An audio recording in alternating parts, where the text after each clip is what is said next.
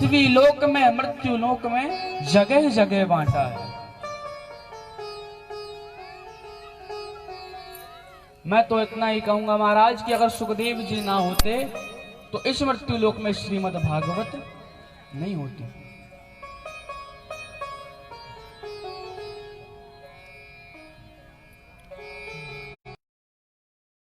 कृष्ण के द्वारा किसको आदेश मिला था? सुखदेव जी महाराज को कि जाओ और जाकर के जगह जगह श्रीमद् भागवत का प्रचार करो।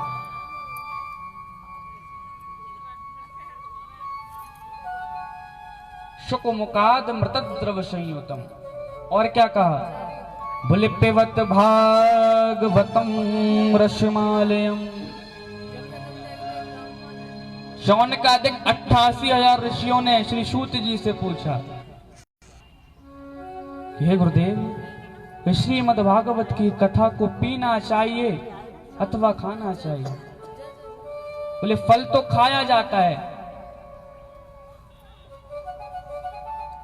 तब श्री सूत जी महाराज ने कहा कि पिबत भागवतम रसमालयम।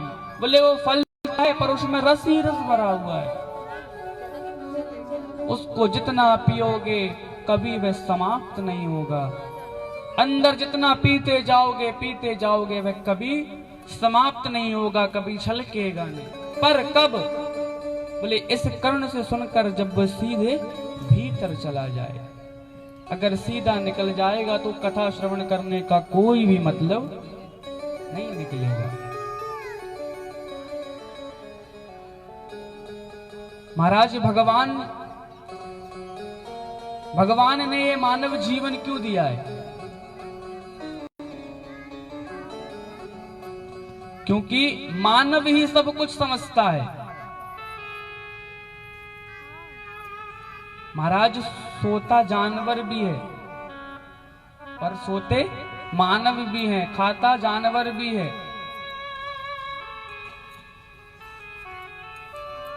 ऐसी कई तुलना की गई है।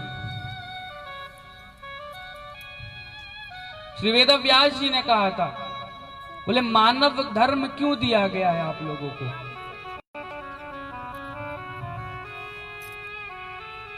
ये जाति पात ये सब अलग बात है। सर्वप्रथम आप लोगों के पास क्या है? बोले मानव धर्म है, क्योंकि आप मानव हैं। और मानव धर्म की शिक्षा कौन देता है? भगवान श्री राम।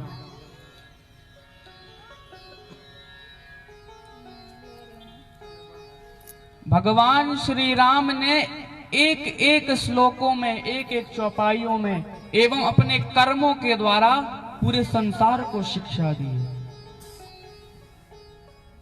अब एक सेवक ने राम जी से पूछा कि जब आपको कोई कर्म शेष ही नहीं है तो आप क्यों करते हो? अगर परमात्मा चाहते तो रावण महाराज घर बैठे समाप्त हो जाता। जगह जगह परमात्मा नहीं भटकते। क्यों भटका? बोले सीख के लिए भटका। किसकी? मानव की सीख के लिए। भगवान श्री राम ने कहा कि गुणाकेश यद्ददाचरति श्रेष्ठ तद्देवे तरोजना और सयद प्रमाणम कुरुते हे लोकस्तदनुवर्तते। कहने लगे, ये सेवक, जब कोई प्रतिष्ठित इंसान, कोई प्रतिष्ठित मानव कोई कर्म करता है तो नीचे वाले लोग छोटे लोग उसका क्या करते हैं? अनुगमन करते हैं।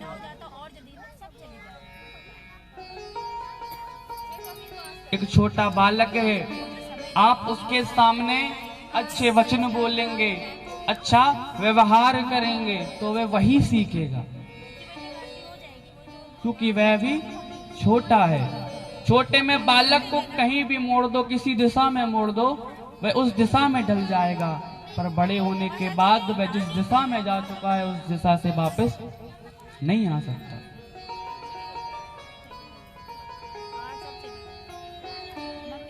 अगर मानव धर्म सीखना है तो किससे सीखो? भगवान श्री राम से। मर्यादा पुरुषोत्तम भगवान श्री राम। और क्या कहा, मुहु रहो रसिका भुवि भाव कहा। बड़े ध्यान से सुनिए,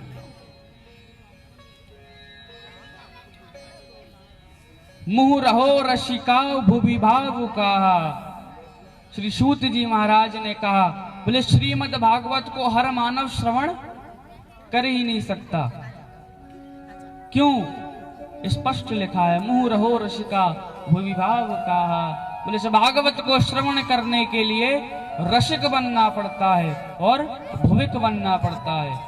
और जो जिसके पास रसिकपन नहीं है, भुविकपन नहीं है, वह आएगा, कथा श्रवण करेगा, फिर से अपने घर के कार्य में निवृत्त हो जाएगा। उसे ये मतलब नहीं है कि आज हमने क्या कथा श्रवण करी।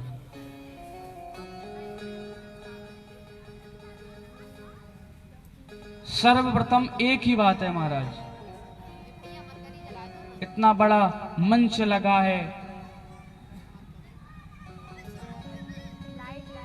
सभी ब्राह्मण पधारे हैं, भैया लोग इंस्ट्रूमेंट वाले पधारे हैं, मंच लगा है, इतना खर्चा हुआ है, आप लोग विराजमान हैं। व्यास जी 4 घंटे प्रवचन दे रहे हैं, भागवत बोल रहे हैं, और जब आप लोगों ने उसको श्रवण किया अथवा पर मन में धारण नहीं किया। वेदव्यास जी ये नहीं कहते कि जितनी शिक्षा मिले पूरी रख लो, उसमें से एक शिक्षा धारण कर लो।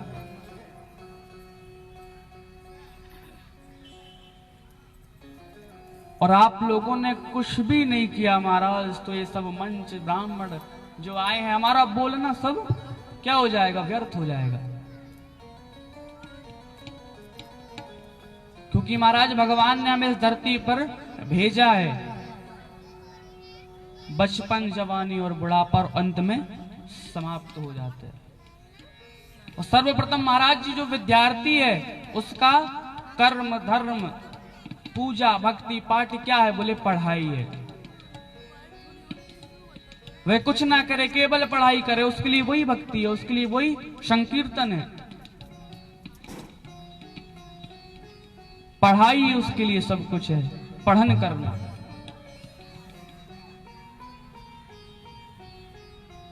श्री प्रहलाद जी महाराज ने अपने पिता के आश्रम पर जब पढ़ने गए थे तब शिक्षा दी थी,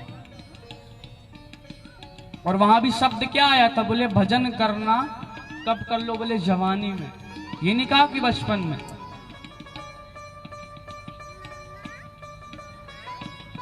पर महाराज श्री प्रहलाद जी ने परमात्मा को पा लिया था बचपन में, और आजकल का कोई बालक ये नहीं कर सकता। अब बताइए, ध्रुव जी महाराज ने 6 वर्ष में परमात्मा को पा लिया था, और 6 वर्ष का बालक तो महाराज आजकल ढंग से बोल नहीं पाता, और परमात्मा को पाने की बात तो दूर है।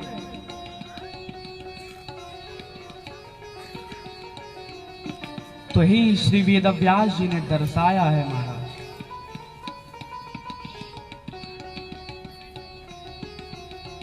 श्री वेदव्यास जी ने मुख्य रूप से दर्शाया है कि भागवत अगर श्रवण करना है तो रसिक बन जाओ, भुविक बन जाओ, शर्म लाज सब त्याग करके गोविंद को ध्यान रखो।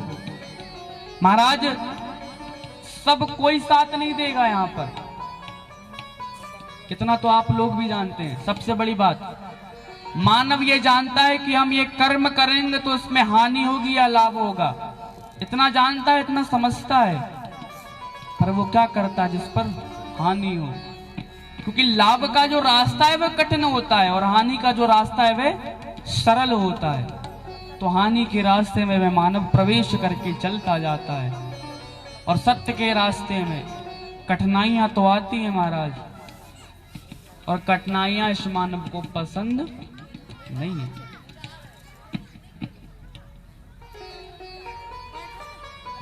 कि एकदा ही विशालायां चात्वार्षियो मलः सत्संगार्थं शमायात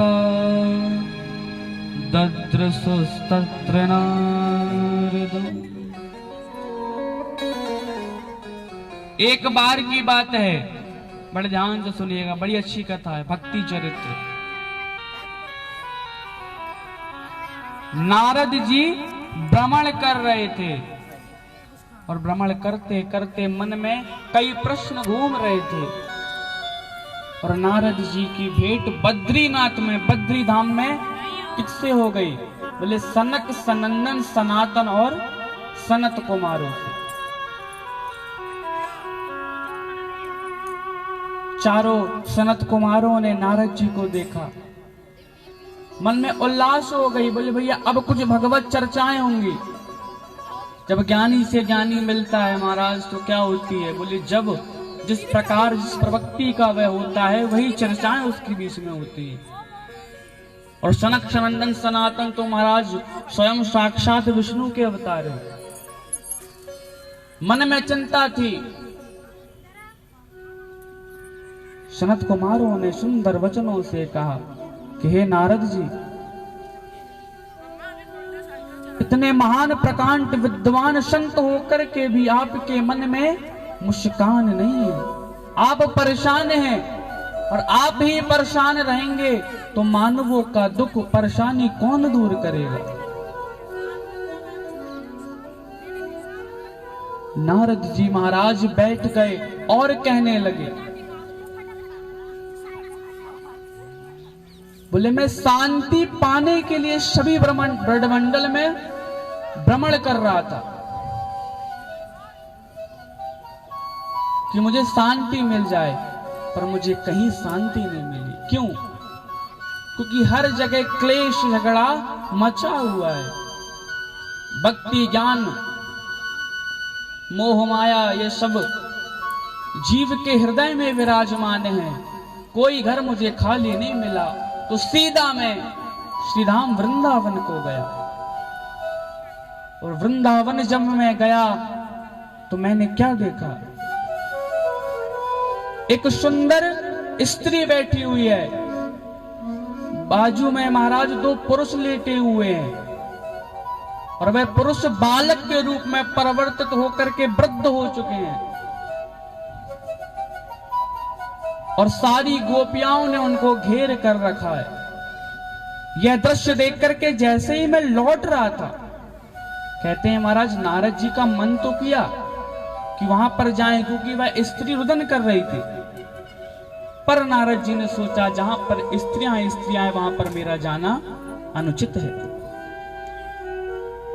और जैसे ही नारद जी पलटे आगे बढ़ने ही वाले थे और उस स्त्री ने आवाज लगा दी कि भो भो साधु क्षणं तृष्ट मच्चिन्तामपि नाशय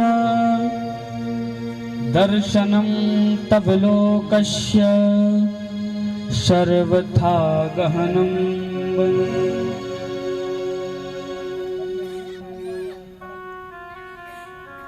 और वह स्त्री कौन थी? भक्ति देवी। और वह पुरुष कौन थे? बोले ज्ञान और वैराग्य। कलयुग के प्रभाव से ज्ञान और वैराग्य वृद्ध हो चुके थे महाराज। इस कलयुग में भक्ति तो थी पर ज्ञान और वैराग्य जो था वह नष्ट हो चुका था, तो उसके प्रभाव से वह वृद्ध हो चुके थे। तो भक्ति मैया ने कहा कि एक क्षण रुक जाइए। नारद जी ने कहा हे देवी, मेरे एक क्षण रुकने से क्या होगा? देवी ने कहा आप अगर एक क्षण भी रुक जाएंगे तो संतों का जो सत्संग होता है उस एक क्षण से महाराज मेरा जीवन सफल हो जाएगा, और अगर कुसंग का संग मिल जाए तो जीवन नरक हो जाएगा। संत जी रुक गए, प्रश्न किया, पूछा आप कौन है? भक्ति देवी कहने लगी कि अहम भक्ति ऋतिख्याता इमो में तनयो मतो ज्ञान वैराग्य नामानो काल योगे न जर्जरो। बोले मेरा नाम भक्ति है, ये मेरे पुत्र हैं ज्ञान और वैराग्य। कलियुग के प्रभाव से ये वृद्ध हो चुके हैं। नारद जी खड़े के खड़े रह गए महाराज। तो इतना घनघोर कलयुग वो भी प्रारंभ हुआ था।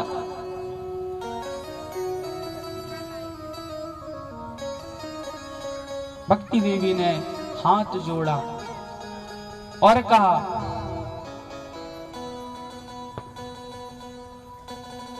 कि इन दोनों को जो वृद्ध हो चुके हैं फिर से इन्हें जागृत करने के लिए हे संत जी कुछ उपाय करिए।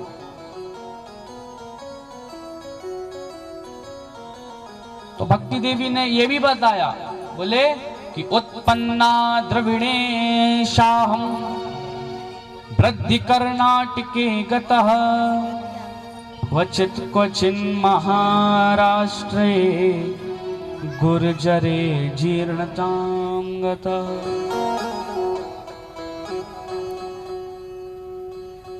इन सभी क्षेत्रों से महाराज वे धीरे धीरे धीरे धीरे वृद्ध होकर के वृंदावन पहुंच गए।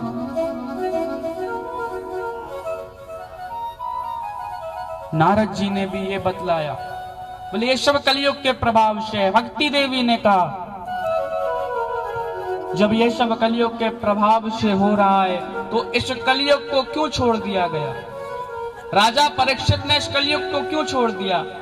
तब कहा किसने? नारद जी ने। बोले इस कलयुग में पाप अत्याचार सब कुछ है, पर एक बहुत अच्छा गुण है जो किसी युग में नहीं है। बोले कैसा?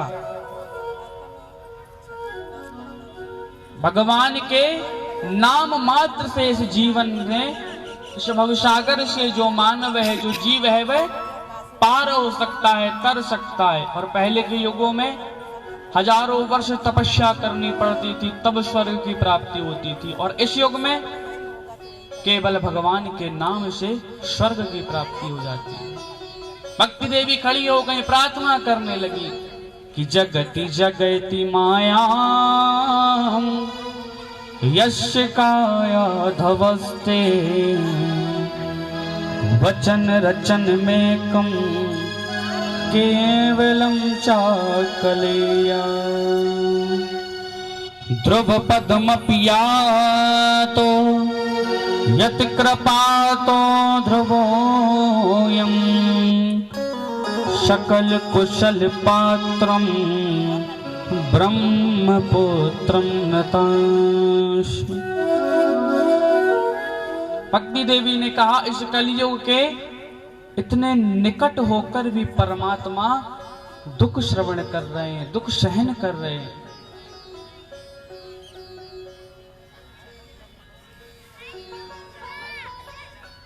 तत्पश्चात महाराज यह विपदा सुन करके सनक सनंदन सनातन सनत कुमारों ने नारद जी को बतलाया कि आप श्रीमद् भागवत की कथा श्रवण कराइए। किसको? ज्ञान और वैराग्य को।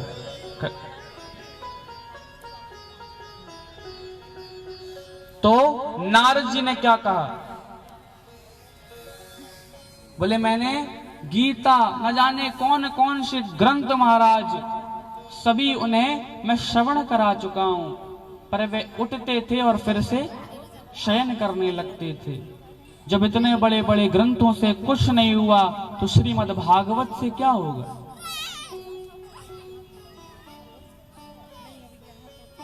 तब किसने कहा?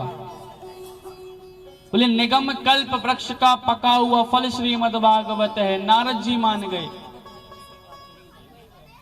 और महाराज हरिद्वार के तट पर भक्ति देवी आई, सभी लोग पधारे और श्रीमद् भागवत का प्रवचन हुआ। चारों सनत कुमारों ने अपने अपने मुख से सुंदर सुंदर वाणी से भक्ति देवी एवं ज्ञान और वैराग्य अथवा नारद जी को भी एक कथा श्रवण कराई। और ना जाने भगवान की कौन सी कृपा थी जो नारद जी ने भी कथा श्रवण कर ली, क्योंकि नारद जी एक क्षण से कहीं ज्यादा रुकते नहीं थे।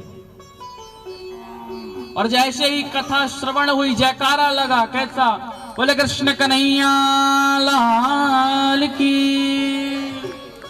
जयकारा लगा। ज्ञान और वैराग्य युव अवस्था को प्राप्त हो गए। और भक्ति देवी खड़ी होकर के नृत्य करने लगी। बोले भक्तिर नृत्यति यत्र च, वृंदावन ही ऐसा वन है जहां पर भक्ति देवी ने नृत्य किया है। वृंदावन संयोगात् पुनस्तम तरुणी नवा, और धन्यम वृंदावनम तेन भक्तिर नित्यति यत्र च। वृंदावन भगवान का घर है, वहां पर ठाकुर जी निवास करते हैं। और वेद व्यास जी ने क्या कहा, बोले धन्य है ऐसा वृंदावन जहां पर स्वयं साक्षात भक्ति ने नृत्य कर दिया। भक्ति देवी नृत्य करने लगी और चारों सनत कुमारों ने गान किया कि भक्ति सुतौ तौ तरणो गृहीत्वा प्रेमैक रूपा सहसा विरासीत्। श्री कृष्ण गोविंद हरे मुरारे नाथेति नामा निमुहुर्वदन्ति। बोले कृष्ण कन्हैया लाल की। जोरदार जयकारा महाराज, आवाज आनी चाहिए।